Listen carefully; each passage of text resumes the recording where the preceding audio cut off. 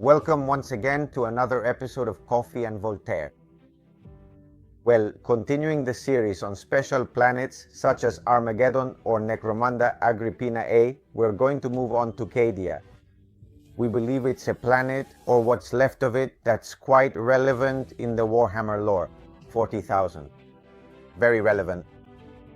So, both in the lore of 30,000 and 40,000. In fact, we warn you that there are some spoilers just in case you haven't read the Horus Heresy novels. There are a few spoilers, but anyway, we think this part needed to be included to understand what is the prelude to what it is or what it was. Cadia in 41,000. So that's it. Let's unravel the secrets of this planet. Why is it so interesting? What did it defend against? What was it protecting? And we'll see how important it was for the defense of the Imperium. So make yourselves comfortable because we're starting.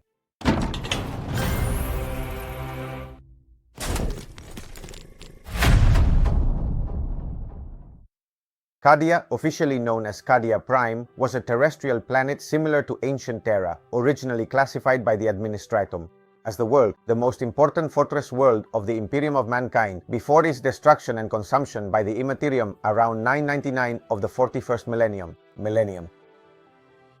It was the fourth world of the Cadian system, and its surface hosted a wide variety of terrains and ecosystems, including frozen tundras, temperate plains, wind-swept moors, and the great native forests of axon trees.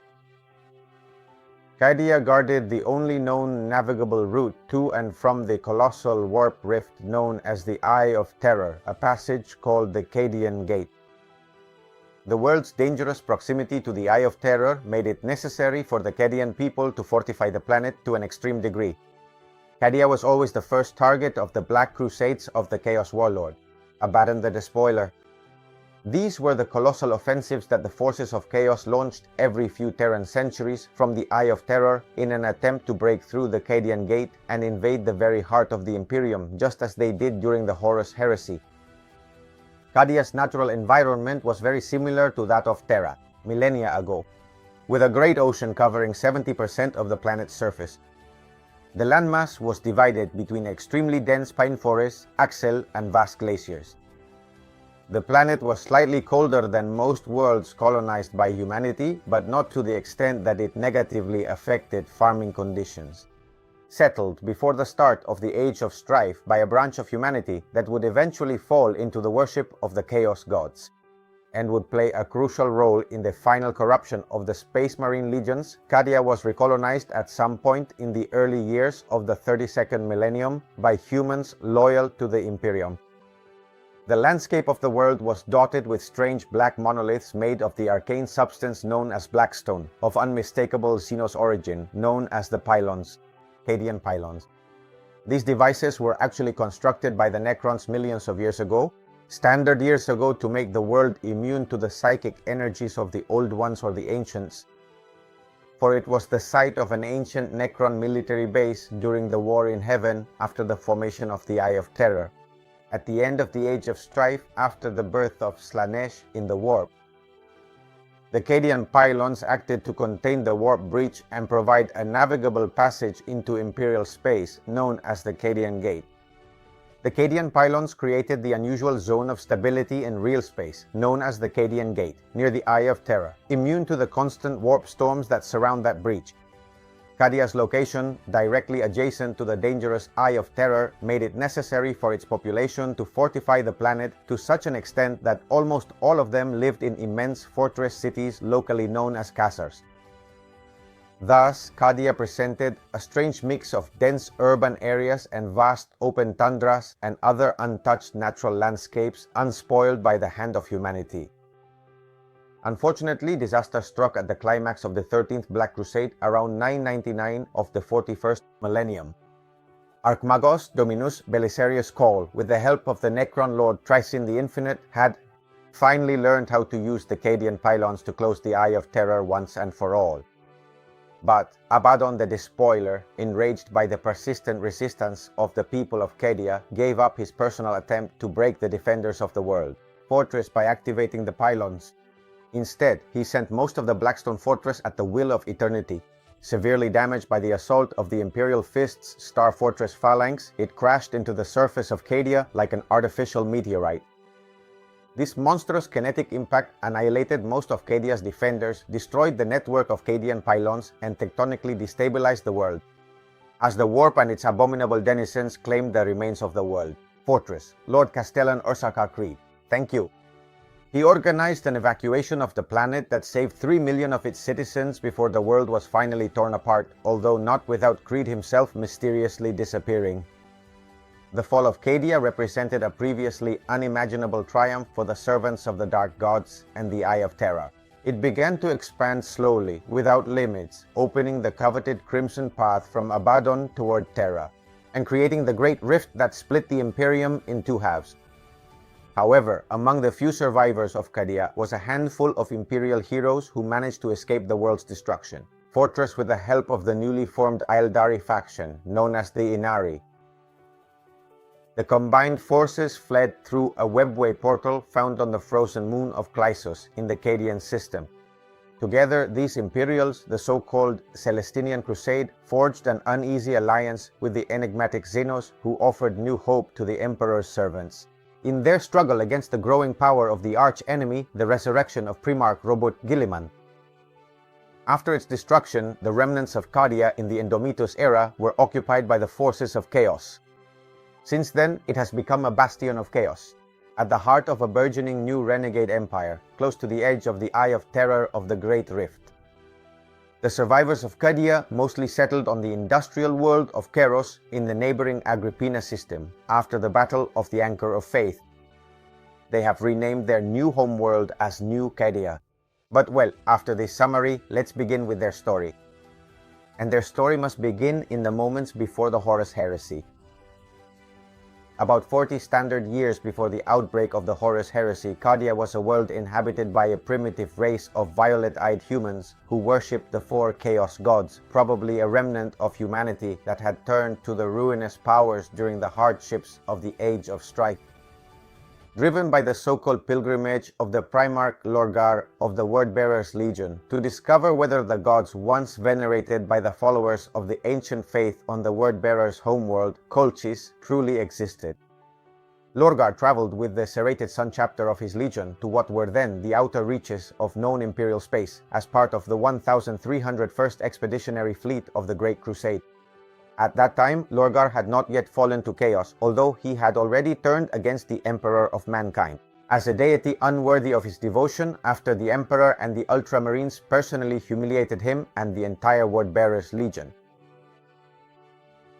On the world of Kur, 43 standard years before the start of the Horus Heresy, the Emperor personally traveled to Kur along with Malcador the Sigillite after ordering the Ultramarines to destroy the Kurian city of Monarchia, where the Emperor was worshipped as a god as a result of the teachings of the Word-Bearers. There, he expressed his displeasure to Lorgar for spreading the religion of the Emperor's cult on every world incorporated into the Imperium, in open contradiction to the rationalist and atheist philosophy of the Imperial Truth. The Emperor forced the entire legion to kneel against their will using his psychic power, and then he explained that it was the only Astartes legion that had failed in its purpose during the Great Crusade. After that humiliation, Lorgar, advised by his first captain, Cor Pharaon, and the first chaplain, Erebus, he decided to undertake a pilgrimage to discover whether the gods of the ancient faith of Colchis were real and worthy of the faith and loyalty of the Word-Bearers. The Word-Bearers were accompanied on this pilgrimage by 5 members of the Adeptus Custodes, appointed by the Emperor, to watch over all their actions and prevent them from straying again. The 1,301st Expeditionary Fleet emerged from the warp near the largest warp storm in the universe, later known as the Eye of Terror. The fleet's master of astropaths informed the Orgar that strange voices could be heard in the warp. In the vicinity of the Great Rift, voices that spoke directly to the Primarch, the entities of chaos within the Immaterium. It was decided to remain in orbit over Cadia and for elements of the 1301st Expeditionary Fleet to descend to the unknown world, designated as 1301-12. The landing force was composed of Imperial Army troops, Word-Bearers, Adeptus Custodes, and elements of the Legio Cybernetica. The landing party, led by Lorgar, was greeted by numerous human tribes, barbaric, described as dressed in rags and wielding spears with flint tips. And yet they showed little fear. The most remarkable thing about them were their purple eyes, which reflected the very color of the Eye of Terror in the visible spectrum. Despite the protests of Custodian Vendasa, who requested the execution of the heretics, the word-bearers approached the natives. A woman emerged from the crowd and walked directly up to the Primarch, calling him Lorgar Aurelian and welcoming him to Cadia. That woman, the priestess Ingasel, would ultimately lead the Primarch down a path of spiritual enlightenment that would, in reality, mark the beginning of his fall into heresy and chaos. Later, Infikel of Cadia would guide the Orpheus Lament scout ship of the 1301. It floats towards the Eye of Terror, forever changing the word-bearers who would be exposed to the ruined and slowly corrupted powers, becoming the first of the Astartes legions to worship the Chaos gods and betray the Emperor. The Cadians, primitive as they were, spoke a language similar to the Colchisian of the word-bearers. Many traditions of the legion were reflected in the culture of ancient Cadia, which led Lorgar to believe that the original settlers of Colchis and Cadia shared a common origin. After visiting the Eye of Terror, Lorgar ordered a cyclonic bombardment of the planet, exterminating the Cadians and leaving the world abandoned, so that no one in the Imperium would know what had happened there. After the Siege of Terra, which ended the Horus heresy with the death of Horus and the Emperor's confinement to the Golden Throne, the defeated traitor legions and their allied forces from the Imperial Army and the Dark Mechanicum fled Terra. Some exhausted loyalists regrouped and began the pursuit, but most remained on Terra to consolidate their great victory over Chaos. Well, a Pyrrhic victory. Many surviving traitors were put to the sword, but most of the traitor legions escaped into the Great Rift, warp, known as the Eye of Terror, in the Segmentum Obscurus, a region where reality and the madness of chaos collide. Meanwhile, the raw psychic energy of the Immaterium spills into real space. Within the Eye of Terror, the Chaos Gods rule over their countless planets, all twisted to reflect their dark aspects. There, the traitor legions found refuge, isolated from the rest of the galaxy by violent warp storms. Every world within the Eye of Terror is a demon world, twisted by the whims of the ruinous powers and the mighty demon princes who rule in the name of the Dark Gods. The Chaos Space Marines regrouped and fed their hatred toward the Imperium, awaiting the day when they would unleash a terrible vengeance upon those who had defied them. Within the Eye of Terror, time flows differently than in real space. The very same traitors who fought on Terra 10,000 standard years ago still fight today in the service of Chaos. They fight among themselves to prove their supremacy, as well as against the forces of the Imperium. When the warp storms subside enough to allow them to emerge into Imperial space, the Imperial sectors surrounding the Eye of Terror were heavily militarized to withstand these frequent invasions, none more so than Cadia, the world fortress. That rises at the very mouth of the only stable navigable route leading out of the Eye of Terror, the dreaded Cadian Gate. As a result of Abaddon the Despoiler's first Black Crusade in 781 of the 31st millennium, the planet's strategic location was considered vital for the defense of the Imperium. Thus, in the 32nd millennium, Imperial colonists were sent to repopulate the world, becoming the ancestors of the current Cadian population. Perhaps due to the proximity to the Eye of Terror, this new population also developed the unusual violet eyes that had marked the planet's first human inhabitants.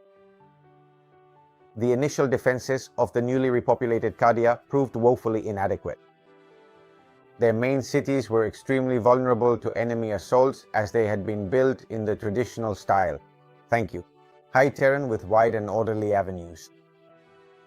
After the Second Black Crusade, in 597 of the 32nd millennium, sweeping reforms were carried out on a planetary scale to improve the planet's defensive capabilities, with massive fortifications being constructed until the cities took on their current form.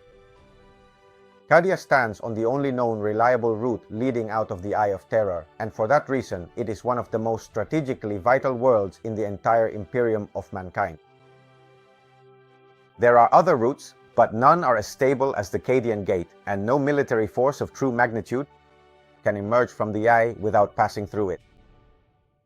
The exact reasons for this stability are unknown. Wink, wink. Although many Magi of the Adeptus Mechanicus believe it is due to the presence of the famous Cadian pylons. These mysterious black monoliths are now known to have been created by the Necrons millions of standard years ago to contain the psychic influence of the Warp and the Old Ones, so greatly feared by their Citan masters, dotting the landscape of Cadia. Their origin remained a mystery to the Imperium until the 13th Black Crusade. Cadia was an inhospitable, relentless world battered by the winds. Only the strongest survived to adulthood and discipline. It was learned from the moment a boy or girl took their first steps. Icy winds howled across vast plains, cut through by armies training with live ammunition, and every solar day not dedicated to training was considered a wasted day. Even the city, the Cadian fortress, or Casser, was an immense citadel with streets and buildings cleverly designed with tactical acumen by the best engineers, military minds, and siege specialists of the Astra Militarum. Every Cadian was taught the arts of the warrior as soon as they could walk, and they were highly sought after by commanders throughout the galaxy. Cadian military equipment is considered top tier and serves as the baseline standard for all Astra Militarum regiments. A world like this forged tough and determined warriors, and the shock troop regiments of Cadia enjoy a well-deserved reputation for their honor and fighting spirit. From a young age, Cadians learned to disassemble and reassemble a weapon with their eyes closed and memorized tactical doctrine, even before basic literacy. Well, now let's take a look at the 13th Black Crusade and the unfortunate fall of Cadia. Around 999 of the 41st millennium, when Abaddon the Despoiler finally launched his 13th Black Crusade, the greatest chaos assault on the Imperium since the Horus Heresy. The forces of chaos managed to land on Cadia itself and occupy vast stretches of the planet, despite fierce Imperial resistance. The campaign began with the unexpected betrayal of the Boscanin Cataphracts from the Astra Militarum, whose regiment successfully assassinated the Cadian High Command, including the Lord Castellan, Planetary Governor, and Supreme Commander of the Armed Forces. Under the leadership of the brilliant strategist Ursarkar Egrid, colonel of the 8th Cadia Regiment, who was suddenly promoted to the rank of Lord Castellan, the Imperial forces managed to contain the initial assault and hunt down most of the invading forces after the defeat of the war, of the first Chaos Armada in orbit. But the raider had barely begun to fight. He unleashed a second and colossal war fleet upon the Cadian system and launched a new ground assault led by one of his chosen, Urkansos, Lord Purger of the Black Legion. Urkansos led an immense horde of Chaos Space Marines, cultists, and demons against Kassar's craft, the fortress city that constituted the main bastion of Imperial resistance. When Urkansos fell after the arrival of the living Saint Celestine and Kassar's craft was saved, she bought the time needed for the Imperial forces to move their defenses to the fields of Elysion, the largest concentration of Cadian pylons on the planet. By then, it was already evident that Abaddon's true objective in his constant Black Crusades had always been the destruction of those pylons. Archmagos Dominus Belisarius Cavul, newly arrived on the fortress world, had been guided to Cadia by the Harlequin Shadowseer Silandri Veilwalker and believed he could decipher the true function of the pylons. With the help of the Necron Lord Trazyn the Infinite, who was present when the pylons were erected, millions of years ago, Karl managed to master the internal systems of those enigmatic devices, Xenos artifacts in the catacombs beneath the field of pylons. But he did so just as Abaddon launched his final assault against the Elysian fields, determined to personally crush the Imperial defense. When Karl successfully activated the pylon network and cut off the Chaos Force's access to the warp, even the Eye of Terror itself began to shrink under the anti-psychic emissions. Abaddon abandoned his desire to personally defeat the defenders of Cadia. Finding within himself a glimmer of grim respect for Imperial valor, the War Master chose to unleash his final plan. He hurled the remaining bulk of the Blackstone Fortress, the Will of Eternity, severely damaged by the assault of the Imperial Fist's Star Fortress, the Phalanx, down onto the surface of Cadia like an artificial meteor. Cadia trembled under the impact. Impossible forces tore it from its millennia-old orbit. The survivors clung to the ruins of Cadia Tertius. Thank you. They barely had time to scream. Those beneath the point of impact died first. Superheated winds stripped flesh from bone before reducing the bones to scattered ash. The remnant of the Blackstone fortress opened a crater hundreds of kilometers wide. Mountains crumbled. Seas evaporated into columns of boiling steam. Continental plates groaned under a force unseen since Cadia emerged from stardust. The tremors spread with titanic waves and particle-laden winds as their heralds. Coastal bastions, survivors of the siege, sank beneath unnatural tides.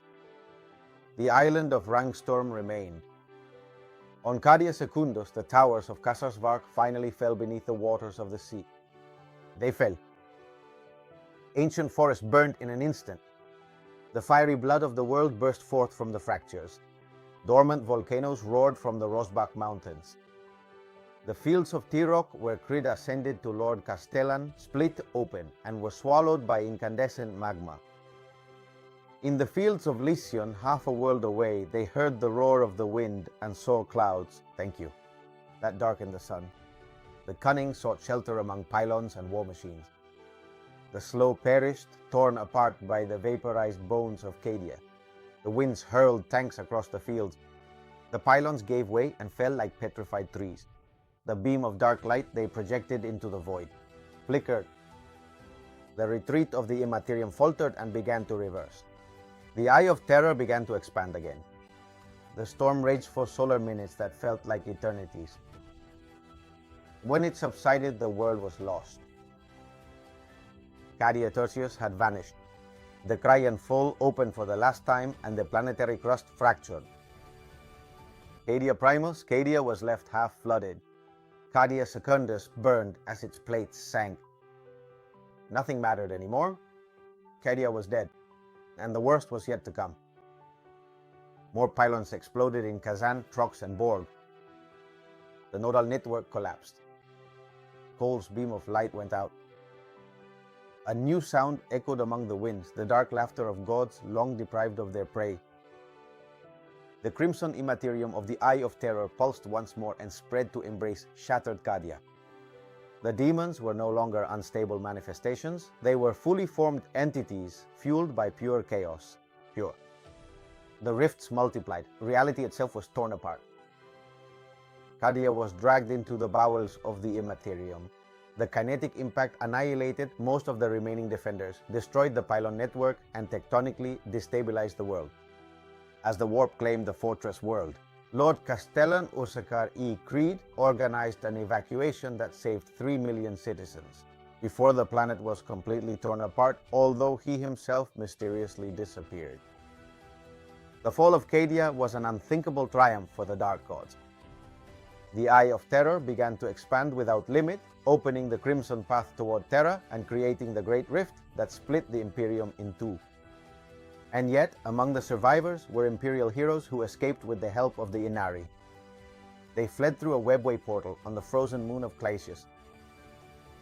That so-called Celestinian crusade forged an uneasy alliance with the Xenos, giving rise to new hope for the Emperor's servants, the resurrection of the Primarch Robute Gilliman.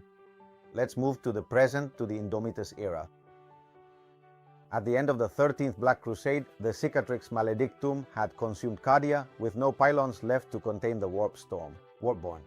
The planet was devastated beyond all recovery, and yet the neighboring worlds held out.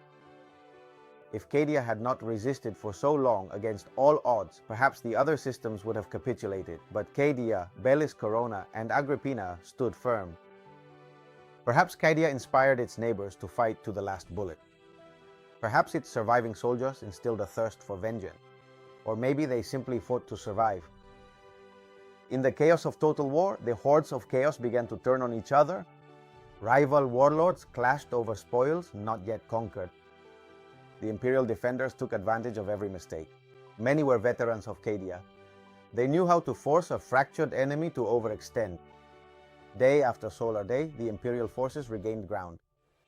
The iron grip of chaos began to loosen under the determination of the Astra Militarum and the vengeful fury of the Space Marines. Each new dawn brought ships from the Great Exodus, souls who had survived the storms of the Empyrean. War was reborn on the worlds of the Cadian system, Beris, Corona, and Agrippina. The shattered hull of Cadia was occupied by Chaos forces. It became the stronghold of a nascent renegade empire. Sometime later, the Captain General Trajan Valores of the Adeptus Custodes. He sent a rapid strike force to the shattered wreck of Cadia. The details of their mission remain sealed, even among their brothers. Among them marched warriors of the Shadow Keeper. After so much destruction, there will be a legacy. A positive legacy. So let's look at the legacy of Cadia. Although their home planet was completely torn apart, the determination of the Cadians has not been broken. The veteran survivors of the last battle for Cadia, along with the regiments of their compatriots scattered throughout the galaxy, now fight with even greater tenacity against the enemies of the Imperium. Entire generations of Cadian shock troops are born, grow up, and are trained en route to war zones, along with soldiers from other worlds. With the necessary fortitude to endure, the Cadian training methods are adopted into their ranks. The mantra, "Endure every day," repeated over and over during the planet's final violent days, has taken root among the officer corps and within the platoons of the shock troops because, as they claim, Cadia still stands as long as a single Cadian soldier remains alive to fight. The steadfastness and determination with which Cadia was defended for millennia has long been praised within the ranks of the Astra Militarum. The professionalism of its soldiers continues to have an influence, not only as inspiration to fuel tales from the trenches or firefights, but also through tactics written by the soldiers themselves, by Cadian generals whose works are studied in regimental academies. The rare demobilized Cadian regiments, who were granted settlement rights on worlds conquered for the Emperor, instill Cadia's legendary discipline into their new societies. Other regiments of the Astra Militarum shape their recruitment and training methods according to Cadian doctrine or seek to equip themselves in the Cadian style. Everyone longs to emulate a world so militarized that its inhabitants were said to learn how to disassemble and fire a laser gun, even before they knew how to read. The surviving sons and daughters of Cadia refused to let the destruction of their homeworld stop them from unleashing the Emperor's wrath upon their enemies. This indomitable spirit, in the face of relentless adversaries, nevertheless hides darker feelings among the troops who continue to fight. Hatred toward the enemies of humanity has intensified to the point of bordering on fanatical zeal. Many Cadians see the fall of their world as a personal failure and fight with even greater ferocity to reclaim the honor they believe they have lost. Some of those who were not present for the planet's tragic end harbor resentment toward those who survived its defense, or perhaps they feel guilty for not having taken part. Others look down on regiments from worlds that, in their view, did not come to Cadia's aid in its darkest hour, and they reject the integration of outsider soldiers. Within Cadian regiments, there is a reluctance to share the burden of loss with strangers. In the opinion of many Imperial Guardsmen, the planet broke before the Guard did. The sacrifice of Lord Castellan Usarkar E. Creed, and of those who fought under his command, only served to reinforce among the survivors the fierce stubbornness and unyielding demeanor of the Astra Militarum. The men and women of the lost Cadia regiments will continue to advance through storms of relentless fire and trenches flooded with blood and mud.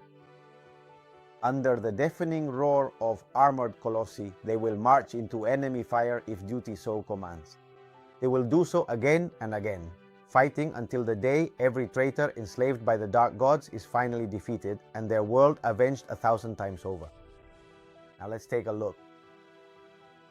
The crux, the most important thing about Cadia. Why was it so important? It was the Cadian pylons. In a galaxy brimming with mysteries, the Cadian pylons were among the most enduring. Before the fall, more than 5,000 of these structures rose above the surface of Cadia, each one towering about 500 meters above the ground and plunging 250 meters below it. Reports varied, but it was believed that between 2,000 and 3,000 more could remain hidden underground due to tectonic movements over the ages. Despite millennia of study, the Adeptus Mechanicus was unable to discover the purpose of the pylon. Servitors sent inside them would cease to function or suffer circuit overloads. All attempts to penetrate their gleaming surfaces failed. The data recovered was fragmentary and often contradictory. Even the identity of their creators remains shrouded in mystery. Some within the Mechanicus cult believed that the spires were the work of the Necrons or their mortal predecessors, the Necrontyr. Others, especially on Mars, were convinced that they had been erected by the Old Ones or the Ancients to destroy the Necrons and their former masters, the Citan. The only thing everyone agreed on was that the pylons were responsible for the stable warp corridor known as the Cadian Gate. The adepts speculated that it emitted a calming signal that tamed the turbulent energies of the Immaterium around the Cadia system. This mystery was finally solved during the 13th Black Crusade by Archmagos Dominus Belisarius Cole, with the help of Lord Trasin. Trasin the Infinite, who was present when those ancient pylons were built eons ago, has confirmed that their origin was, in fact, Necron. The pylon fields formed a planetary nodal network of black stone capable of generating an unknown anti-psychic energy field, able to repel warp eruptions into real space. It was this network, that kept the Cadian Gate open for millennia and whose sudden collapse allowed the Eye of Terror to begin expanding across the galaxy, turning it into an anchor point for the emergence of the Great Rift, which split the Imperium in two after the end of the 13th Black Crusade. Well, I hope you enjoyed this episode about Cadia. We've already done Armageddon, now it's Cadia's turn. And honestly, it's super interesting what they're telling us, right? Because it was really the Necrons who helped humanity at several points, both in building the pylons and holding back the Eye of Terror, and even helping Belisarius Cawl understand the pylons. And when chaos is lurking, any alliance is a good one, even with Xenos. Or so it seems. Anyway, I hope you enjoyed this episode, and I'll see you in the next Confi on Volter.